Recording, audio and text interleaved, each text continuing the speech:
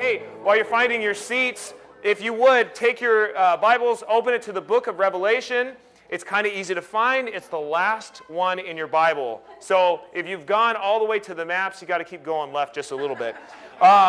If you're to the units and measures, then that's just weird. Try to find the Revelation. It's almost at the back, brothers and sisters. And I just want to start us off by saying this. We spent the last few weeks going through some sometimes obscure texts in the Old Testament. For instance, we looked at the life of King David, and then after that we looked at the book of Joshua, which did have some hard things in it. And then I figured, you know, why not just go through another difficult book? Why not just kill myself by going through a book where, you know, people have spilled endless amounts of ink debating over? Why not? Because I'm just crazy like that. And I also want to just start by saying we're going to only look at the 7 letters to the 7 churches. Today is an introduction to the book of Revelation.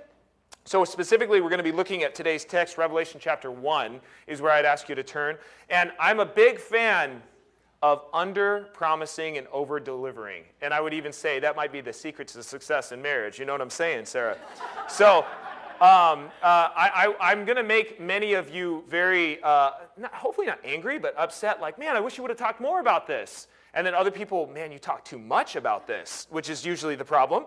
And so I am not going to be covering, you know, for instance, who is the Antichrist? Or, you know, what does this, you know, specific symbol mean, or anything like that. I do want to say I was raised in a tradition where we took eschatology like very seriously, and in some ways it almost turned into eschatomania. So eschaton is the Greek word for last times. So eschatology is the study of the end times. To say that you're an eschatomaniac means that you're a little bit crazy about it. And so my parents very helpfully showed me A Thief in the Night. Has anyone seen that movie? It's like a 1980. It's terrifying, right? I remember, like, as a 5-year-old being like, I can't sleep. And they're like, okay, night-night. And my mom just gave me, like, a bottle of NyQuil. And no, I'm just kidding. He didn't do that at all. I'm totally kidding. But the book of Revelation is not intended to scare you. The book of Revelation is intended to give you hope. And I want to say the reason why it gives you hope is because the central character is not the Antichrist. The central character is not the beast. The central character is Jesus. And if we can fix our eyes on Jesus, I think our lives would be better. And so when we look at the book of Revelation, we want to ask the clarifying questions, right? Like journalists approach difficult problems when they're reporting on them by asking the clarifying questions. And that's what we're going to do today for the introduction to the book of Revelation. I want to say, too, if anything that I say is a little bit like, wait, I'm not sure that I've ever heard that, I'm not sure what you mean, you can stop me. Like, it's fine. You know, no ushers will tackle you. You can actually raise your hand and say, I'm not sure I understand this. Because what we're going to do is go through, and I want to try to not decode, because a lot of people try to do that, but hopefully make this book accessible. Because the people who were looking at what books were in the canon of Scripture, that is the 66 books that we read faithfully, they deemed this to be a part of what we should read. And there's a reason for that. So in order to understand this better, we're going to ask the clarifying questions. We're going to ask, does anyone know what I'm talking about, clarifying questions? The who, the what, where, when, why, how, we're going to go through all those things. And so let's start with who. Who wrote the book of Revelation? Well, we can look at the first couple verses, but this is a picture that I took of my friend the Apostle John the other day. And John, they're looking very contemplative, of course. He is the author of the book of Revelation. Now, it just says, hey, I'm a servant, so it's not necessarily the same guy. We don't know if it's the same guy that wrote the book of John, but the first, second, and third books of John, the letters that are closer to the book of Revelation, they bear a remarkably similar way of writing. And so we think this is probably the Apostle John who wrote this. But that is not necessarily the most important question.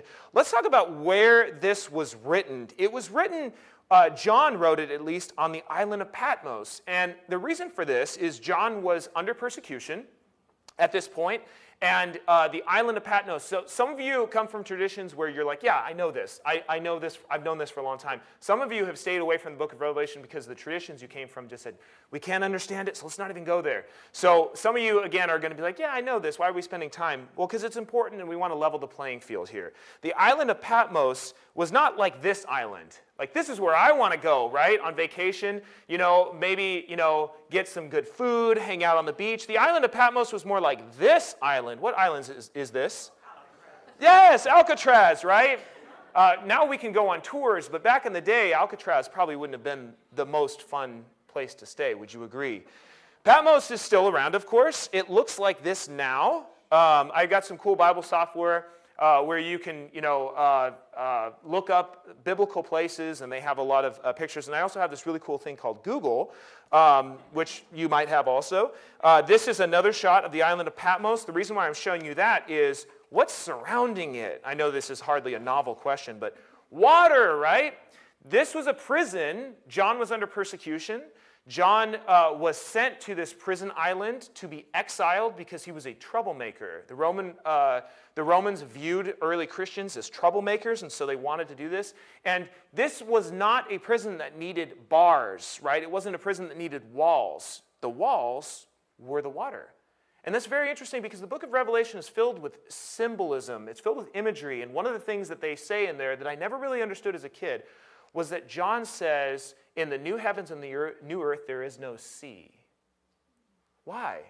I mean, when I think of the sea, I think of like San Diego, right? I think of Oceanside. I think of, beautiful bays. But why would John say there is no sea? Well, because to him, this is what kept him away from his loved ones. This is what kept him away from those people. And I'm not saying that symbolism has no truth. I'm just saying it's very interesting, very telling that the book of Revelation was very pertinent, and we can understand some of its symbolism the more that we try to understand the context around which it was written. Now, here is a map of the ancient world. Of course, this is zoomed in. You can see there Italy and sort of the boot kicking the football, if you will. You can see Greece and Turkey and even the top part of Africa, the continent of Africa. Well, if we zoom in, and we zoom in specifically to Turkey, Turkey was called Asia Minor before. That's just what they called it in biblical times.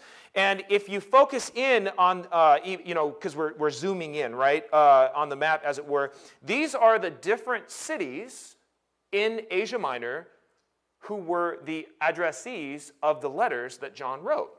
So we've got Pergamum, Thyatira, Sardis, Philadelphia, Laodicea, Ephesus, and then, of course, John is on Patmos and Smyrna. And so it's very interesting. A lot of people wonder, why did John write to these churches? I mean, some speculate that it was the age of the church, and it was, sort of symbolically, showing that the church over time would evolve from this to this to this. Well, that's very possible, but also it was an ancient mail route. So, we don't always have, there's a proposition called Occam's razor. The simplest explanation should usually be the one that you go with. Now, that's not to say it's always true, but it is very telling that we actually know from social history, from study of anthropology, that the Romans did things very efficiently. And their roads were very efficient. And one of the things that they did was deliver mail very efficiently. And so this was just a kind of a postal route. So people would just kind of go around, and they would go in a circle to these cities. That also made it possible for John, or for Paul rather, and Peter and other apostles to plant churches and to set up elders at these places. And so John would write letters to a church or to several churches that were facing persecution, that were facing pressure to capitulate and not to stay true to the gospel and to, compromise a little bit. Yeah, you can worship God, that's fine, but you also have to worship these gods. And sprinkled in with your Jesus, you can't forget, Jupiter or Zeus. You can't forget, Mars or Ares. You can't forget these. And of course, you've got to worship Nike or Nike, which is the god of victory. And don't forget, you have to worship Caesar. If you don't worship Caesar, you're not going to be able to buy or sell or trade. So there was a lot of pressure on the churches, and John is writing letters to bolster their strength. Now, we're going to ask the clarifying question, when? And I want to just say there's a lot of debate about this, okay? So some of you Bible scholars, who really like the book of Revelation might disagree with what I'm going to propose, and that's completely fine. This is not a hill that I'm going to die on. But I believe, based off of the evidence, that a later date of the book of Revelation is probably when it was dated. Now, some of you are going to say, no, it has to be the early date. And I'm going to say, that's great. You go your way, I'll go God's way. No, I won't say that. But I do believe that the later date really does make more sense for issues that we don't have time to unpack now. But most prominently among them is, that there's not mention of the temple anymore because Titus had destroyed the temple in 70 AD. Early date people really, it's hard for them to square that with their theory. And there also is something very interesting about the Roman leaders around that time. Why do I think the late date, so around 90 AD, is the way to interpret it? And by the way, I'm going to make this relevant, because some of these details you're going, what does this have to do with me? I came here to get 5 reasons to have better relationships or 3 ways to be more effective at work. Well, I promise this will have a payoff. Just stay with me. Because the Roman leaders, they were a bit crazy. Would you agree? This guy, this handsome young buck, his name is Nero. Some of you have heard of Caesar Nero. Caesar Nero was absolutely and utterly insane. He fancied himself as an actor, interestingly enough, and he went over to Athens, and he acted, and he actually really wanted to do well, and when he was rejected, he just started going more and more crazy. And this, by the way, isn't a funny thing. He started persecuting Christians very, very fiercely. Now, Nero was well before the date of 90 AD, but he was so horrific in his persecutions because there was a fire in Rome, and this fire destroyed a lot of beautiful buildings, a lot of wonderful things, and almost universally people thought that it was Nero doing it. Famously, he played the fiddle while Rome burned, if you've ever heard that story. And what he did was he framed the Christians. And he said it was the Christians who did this. And so what he would do is he would bind them up. And he would either throw them to the animals, right, the ravenous lions, and they would be devoured alive. Or in a horrific, truly horrific fashion, he would bind them up, dip them in oil, and use those people to light so that he could light his garden at night. Sadistic. He was masochistic. He was a terrible, terrible person.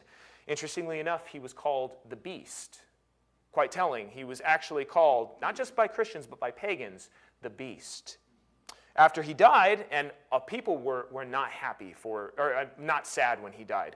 After he died, things started getting a little bit better, but there were prophecies, interestingly enough, not Christian prophecies, but pagan prophecies by the Symbolic oracles, that the beast would come back, that he would be somehow reincarnated. Fast forward to 90-ish AD, around the time when I believe, and many other scholars who are far smarter than me, believe that the book of Revelation was composed, and we meet this handsome young guy, Caesar Domitian. Some people say Domitian, however you want to pronounce it, but Caesar Domitian, he started out very good. He was someone who codified a lot of laws, and he seemed to be good, but I don't know, there was something in the drinking water, because these guys all turned crazy.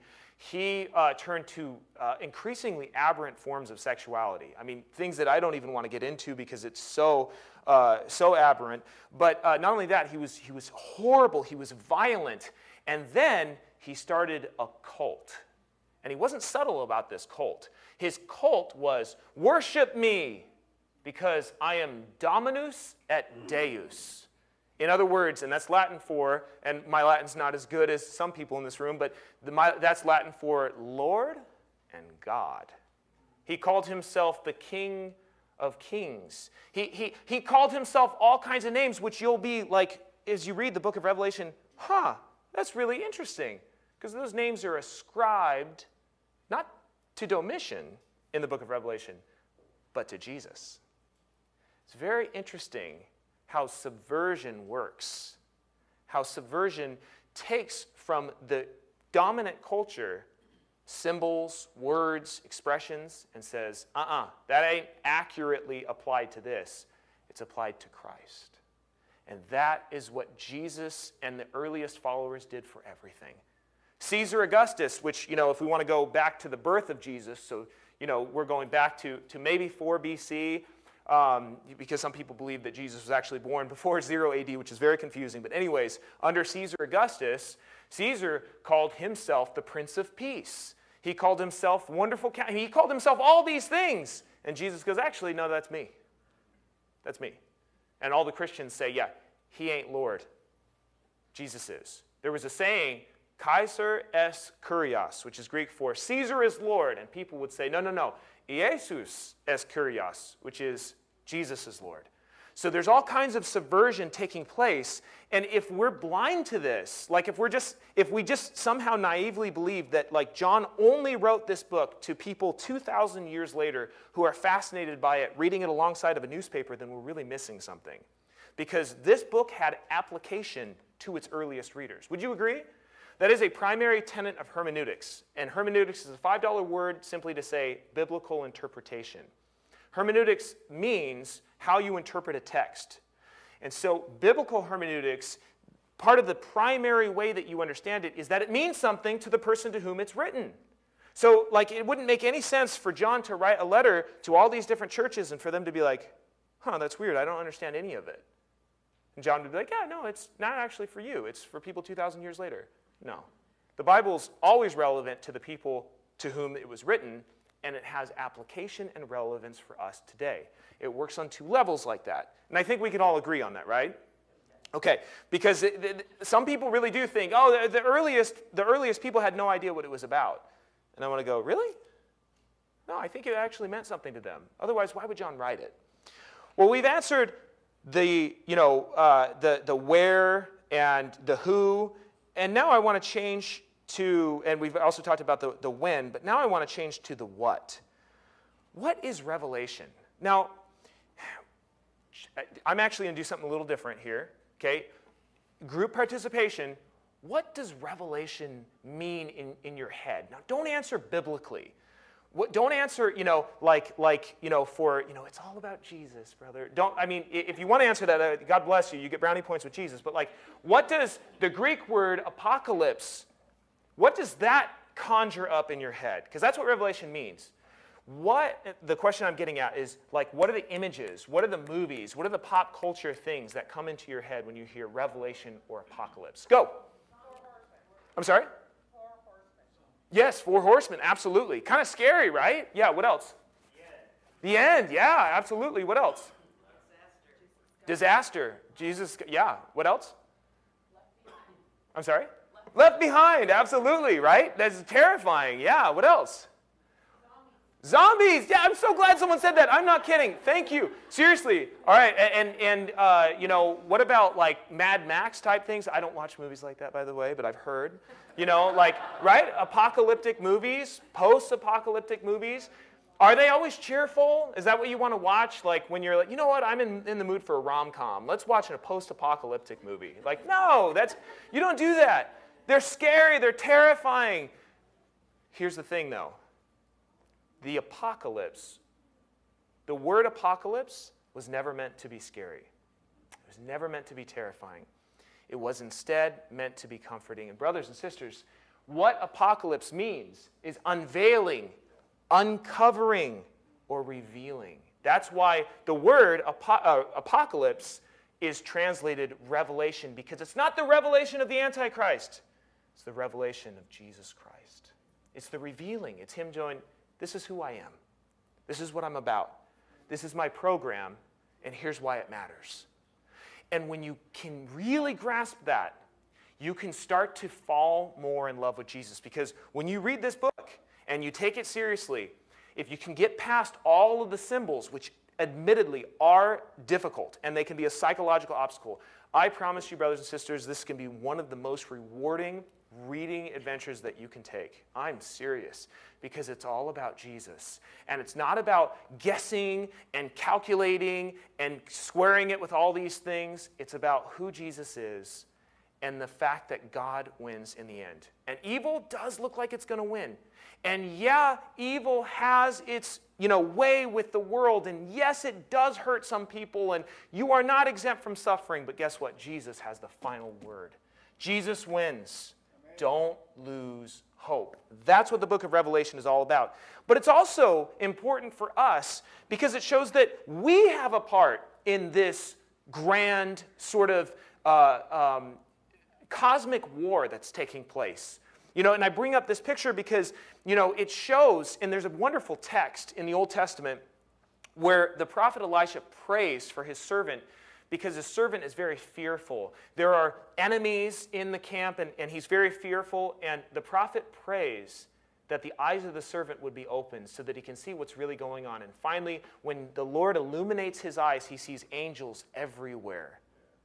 And that kind of illumination lets us know that it's not just purely physical things that take place in this life. If you think that something as evil and pernicious as pornography, something as evil and pernicious as, these sorts of agendas that are exploiting innocent people and the killing that's taking place in all of these developing nations, and all these things on a cosmic level are purely physical, then you are wrong. And you're not reading your Bibles. Because the Bible gives us a glimpse of the fact that behind the physical things that are going on, there are spiritual realities that are taking place. And these spiritual realities allow us to take a part in this war. You are, by the smallest act of kindness, either furthering the cause or taking away from it. You are, by simple acts of obedience, either contributing to the cause or taking away from it. We are engaged in a war.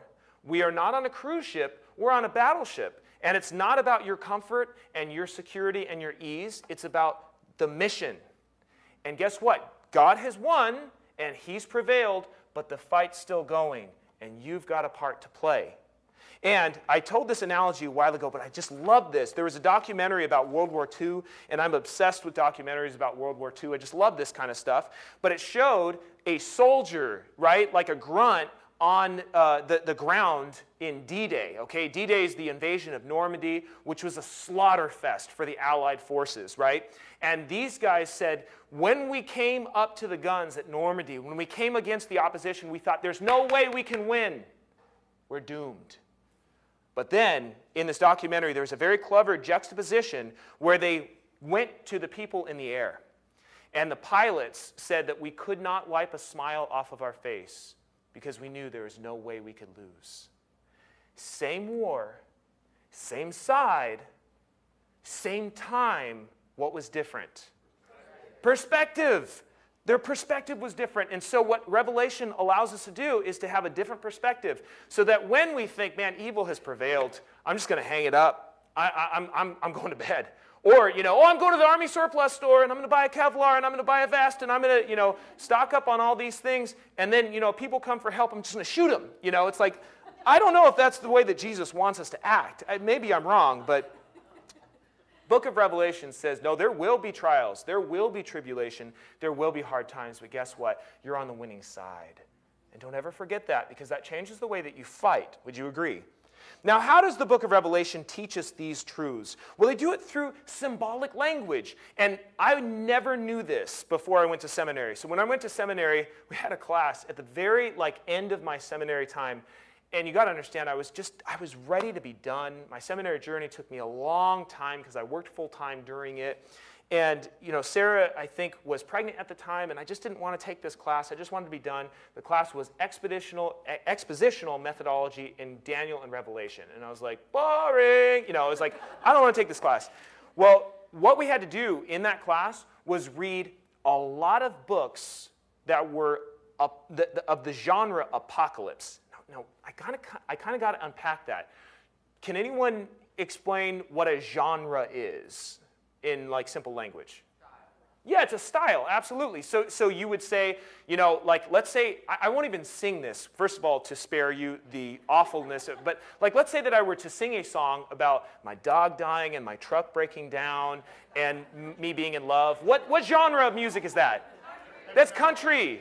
That's country. What if I were to sing, actually I shouldn't go in some of these other, genres, but you guys understand, right? Yeah, Sarah knows all too well how warped my mind is, so I'll spare you from that. But okay, so even in the newspaper, there's different genres, right? Like there's the business section, very dry and straightforward. There's the travel section. So you've got to know what you're reading in order to understand the genre. Same thing with books, right? We've got fiction, we've got nonfiction, we've got biographies, we've got science fiction, we've got all these different kinds of things. There's actually a genre called apocalypse. Did you know that? Because I sure didn't. And the genre apocalypse, there's all kinds of them in what's called the Apocrypha and the Pseudepigrapha, which if you just heard those words and it went over your head, no problem. But the Apocrypha, those were books that were written in the intertestamental period between the Old and the New Testament, largely. And they were books that inform us about history but aren't inspired. In other words, we don't read them and think, this is the Word of God. But they can tell us about the time, and they are historical in that way. The Pseudepigrapha was things that were written around that same time, that were written by people who, in a certain literary convention, said like, hi, I'm Daniel. You might recognize me from the book of Daniel. Yeah, and I'm writing to you from 300 years after Daniel died. It's really kind of bizarre. There's like the Testament of the 12 Patriarchs, 2,000 years after the Testament, or the 2,000 years after the Patriarchs died. Anyways, it was a literary convention that people would write about historical things. And one of the main genres within the Apocrypha and the Pseudepigrapha is apocalypse. And apocalypse were written in highly symbolic language. Here's the payoff. Stay with me, brothers and sisters. Stay with me. Here's the payoff. They were highly encoded, but they made perfect sense to the people to whom they were written. And in order to illustrate this, I'm going to bring this up. Now, don't you get political on me. But very, very carefully here, I'm going to read this as if I had no knowledge of American culture, okay? Are you ready? And I'm being facetious here. I'm teasing, okay? Brothers and sisters, the strangest thing, Americans, what they like to do is they dress up elephants and they dress up donkeys in kind of weird attire. And what they do is they make them play tug of war with each other. And they do that in front of this white building and on this hill. It's sort of strange. You guys all know, well, that's crazy talk. What's this about? Yes, Democrats and Republicans. How do you know it's about Democrats and Republicans? Sorry. Donkeys. Yeah, exactly. Donkeys represent what? Yeah, what do the elephants represent? Absolutely. Why are they playing tug of war? Why are they playing tug of war? Is it like fun? Huh? Yeah, they're tugging for power, right? What's that building in the background? Is it just some odd building? Yeah. Okay, so here's the thing. None of you needed any explanation for that. But let's say that I was someone from a developing nation and I had no knowledge of American politics. Can you imagine how odd that would be? But to every single person in this room, they knew what this was all about.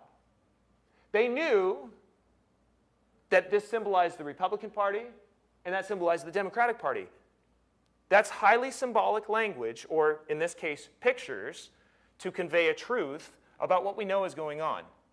Like, do Democrats and Republicans play nice with each other? Like, are they usually like, you can have this win. That's fine, that's fine. I'll take the next win. No, they're always fighting with each other. This is what it's all about.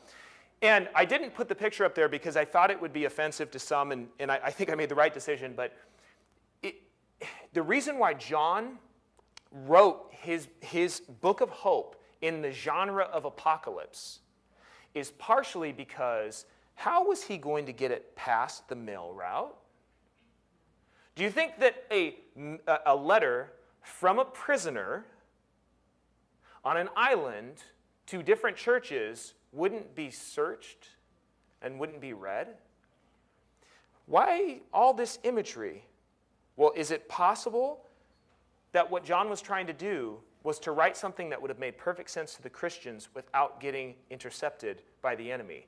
In the same way, there's a really interesting picture that's shown from soldiers who were in a Japanese war camp. And the Japanese were trying to convey that they were treating the people humanely. And so there was a picture, and they told them all, hey, if you do anything to convey that you're not being treated humanely, we'll hurt you. But at the very bottom of the picture, you can't see it in their faces, but they're like giving the bird to the camera. And they're doing other things that are very suggestive with their hands. Why are they doing that? Because they want to show the people who would understand, to a culture that didn't understand those images, what's really going on. Does that make sense? John's doing similar things here. And it's very interesting because Domitian had a son. He had a son, and you know Domitian's self-esteem lessons paid off because he believed himself to be Lord and God. Well, if he believed himself to be the Lord of God, then what would his son be called? What would be maybe a title that would be given to him? The Son of God. Exactly. So the reason why this is important is because the prevailing cultural norm was that, hey, guess what? There is a God on the throne at the center of the universe, and his name is Domitian. And the Christians are going, you are so wrong, it's not even funny. Because there is a God on the throne at the center of the universe, and his name is Jesus. Domitian's boy is not the Son of God. Jesus is. And this is what the book of Revelation is all about. And when we lose sight of that, because we're so obsessed with symbols and all these things, which admittedly sometimes we need to do the hard work of understanding these things. But when we lose sight of that, we do it to our detriment. And finally, why? Why do we read this book? You know, some of you, the temptation is to preach only to what's called felt needs. Felt needs are simply things like, I'm feeling sad today, so I need to pick me up. Or I'm feeling unmotivated, I need to be motivated. And yes, I hope through my preaching of the word that I do meet some of those needs, but I don't preach necessarily to felt needs. I preach to real needs, because all of us have felt the darkness oppressing us. Would you agree? Like, has 2020 been a particularly happy year? No. And is it exciting when we see things that are, coming down the pike that are, antithetical to our belief systems? No. So we all need to be reminded that God wins, that he'll always prevail over evil and darkness. And we need to remember that truth always. So that is why the book of Revelation is so incredibly important. And we're going to end with 3 points of relevance, or 3 points of application on why we want to read this book. Number one, why the book of Revelation is so important? Because it helps us stay centered on the face of our beloved. Let me just quickly read to you Revelation chapter 1, and I invite you to read this with me because this is the passage that helped me fall back in love with the book of Revelation after many years of being going, I don't understand this, and frankly, I'm not sure that I want to read it. So John is worshiping. He's in the Spirit, right? And in verse 12 of chapter 1, it says there, "Then I turned to see the voice that was speaking to me. And on turning, I saw 7 golden lampstands. And in the midst of this lampstand stood one like the Son of Man." Now, that's Jesus' favorite self-referential title for himself. It doesn't have anything to do with his humanity. Rather, it has to do with a throwback to Daniel chapter 7, where the Son of Man has all power and authority granted to him from the Ancient of Days. Verse 13, "And in the midst of the lampstand," I'm sorry, I read that part already, "clothed with a long robe and with a golden sash around his chest. The hairs of his head were white," which made me feel really good about myself because this morning I found a lot of white hair. "White like wool, like snow. His eyes were like a flame of fire. His feet were like burnished bronze, refined in the furnace. His voice was like the roar of many waters. And in his right hand he held 7 stars. And from his mouth came a sharp, 2-edged sword. And his face was like the sun shining full of strength." And when I saw him, I was like, "What's up, bro? We're homies." No. This always happens. "I fell at his feet as though dead. But he laid his right hand on me, saying, 'Fear not.'" And does he say, "Fear not, I'm not a big deal, you shouldn't worship me like an angel"? Absolutely not.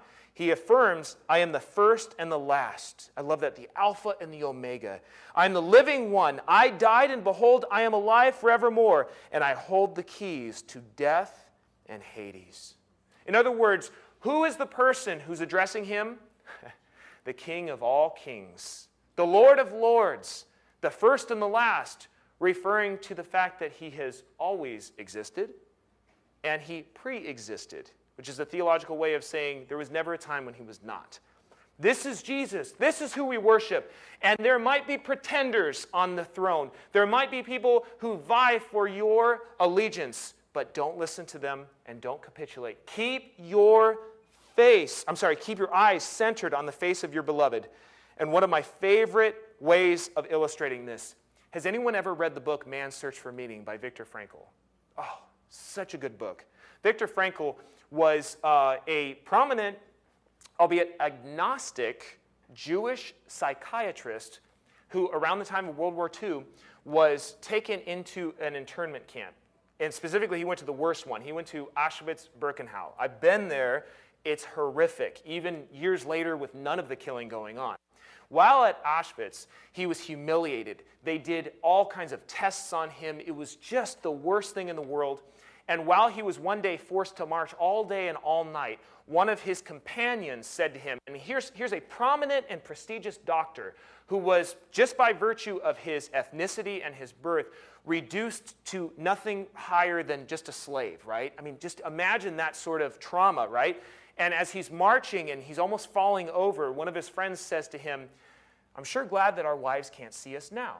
Now, he intended that to be negative, but Viktor Frankl took that and he said that all of a sudden, through the strangest things, he started thinking about his wife and thinking about how beautiful her smile was and how wonderful it was to be with her. And he said this, "I understand how a man with nothing left may still know bliss in the contemplation of his beloved."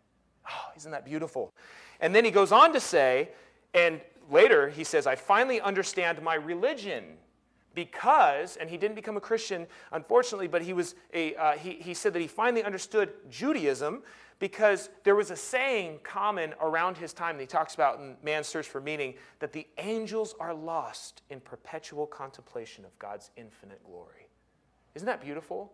Evidently, keeping your eyes centered on the face of Jesus can help you get through some pretty tough times.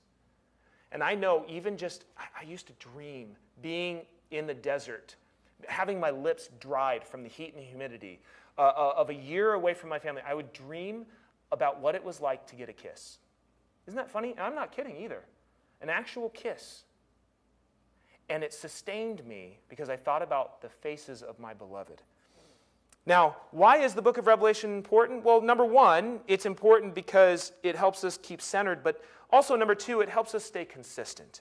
The book of Revelation in chapter 2, verses 26 says, "To the one who conquers," or to the one who overcomes, the one who keeps going, "who keeps my work until the end, to him I'll give authority over all the nations." In other words, it's not about a one-time enthusiasm. Following Jesus is not just about, okay, I'll follow you. It's about an ongoing and consistent relationship with him. The book of Revelation is important because it challenges us. Hey, where's your allegiance really lie? Like, really? Yeah, you say that you worship Jesus. What are you doing on the computer? Yeah, you say you worship Jesus. What are you doing with your finances? Yeah, you say you worship Jesus. What are you doing here? And frankly, that leads us to number three. And as a pastor, remember, my job is not just to comfort the afflicted. My job is also to afflict the comforted. And I mean that. Because woe is me if I'm just like, hey guys, everything's cool, live your best life now. That's not what this is about. Because the Bible, especially in the book of Revelation, it helps us stay challenged. Because Jesus says, and I don't love this verse. Like, if I'm honest, I would redact it. Because I only want Jesus to support my agenda. You know what I'm saying? Jesus is like, Jeeves, hey, come on, Jeeves, get going. I got an agenda. You're here to serve me. God is my co-pilot. You know what I'm saying? That's not biblical at all. The book of Revelation says, in this life, you'll have, actually, this in the book of John, rather, but Jesus says in the book of John, in this life, you'll have trials and tribulation, but be of good cheer, because I've overcome the world. And then in Revelation 3:19, he says, those whom I love, I reprove and discipline. Oh, no. Because what does reproving and discipline mean? Yeah. Not fun. Spankings? Yeah. Yeah. Right? I mean, there's times where it's like, yeah, that's, you know, Jesus has got to correct me. And so through this study, we're going to look at 7 churches.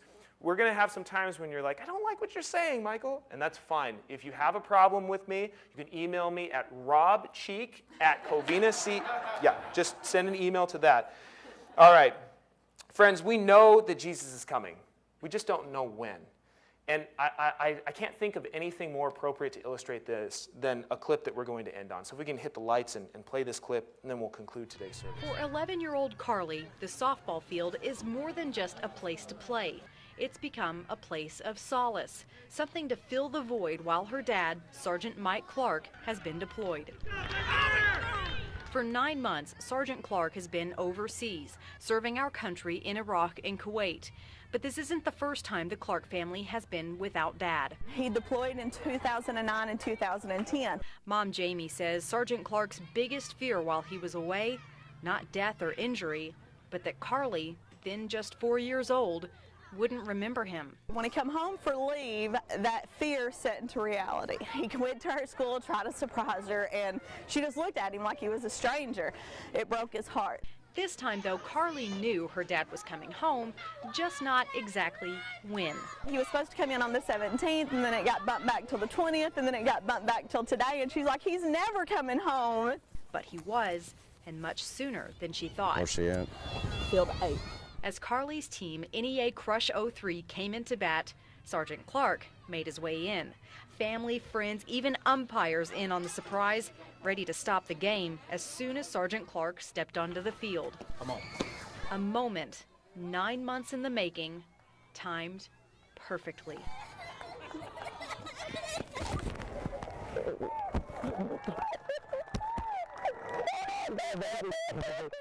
Not a dry eye in the stands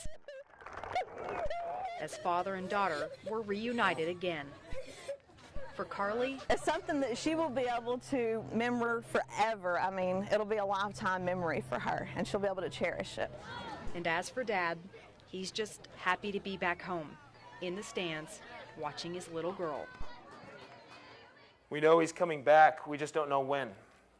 And so the anticipation that that little girl felt should be the kind of anticipation that we have when we await our beloved. But until then, stay centered, stay focused, stay committed, and stay challenged.